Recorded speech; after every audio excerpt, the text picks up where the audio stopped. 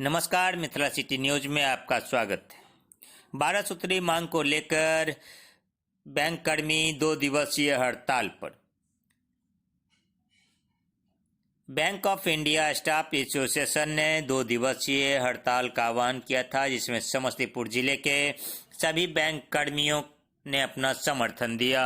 वहीं सरकार के खिलाफ जमकर नारेबाजी की अपनी विभिन्न मांगों को लेकर। वहीं हड़ताल के कारण बैंक से संबंधित सभी कार्य प्रभावित रहे, लोग परेशान दिखे। आपको बता दें कि करोड़ों का कारोबार प्रभावित हुआ इन बैंक कर्मियों के हड़ताल के कारण। वहीं दूर दराज से बैंक से संबंधित कार्य के लिए आए लोग परेशान थे। वहीं अस्पतालों में इलाज आदि को लेकर पैसे की कमी के कारण लोग दर भटकते नजर आए। वहीं लोगों ने बताया कि बैंक कर्मियों की हड़ताल के कारण काफ़ी परेशानी हो रही।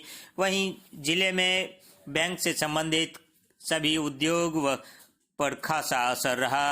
समस्तीपुर से मृत्युंजय कुमार की रिपोर्ट। हड़ताल है हमारा 12 मांगों के लिए लेकर है। वेतन प्रोडिक्शन कुल वेतन पर 20% बढ़ोतरी के साथ हमारा डिमांड है। 5 दिन की बैंकिंग होनी चाहिए। विशेष भत्ता का मूल वेतन में समाहरण हो। न्यू पेंशन योजना एनपीएस की समाप्ति हो। पेंशन में बढ़ोतरी हो। पारिवारिक पेंशन में सुधार। स्टाफ वेलफेयर फंड का निर्धारण ऑपरेटिव लाभ पर हो। सेवानिवृत्ति पर मिलने वाले लाभांश पर आयकर में टोटल छूट हो। व्यवसाय अवधि लंच अवधि में एक रूपता हो। लीव बैंक की शुरुआत हो। अधिकारियों के लिए कर्जा अवधि का निर्धारण हो।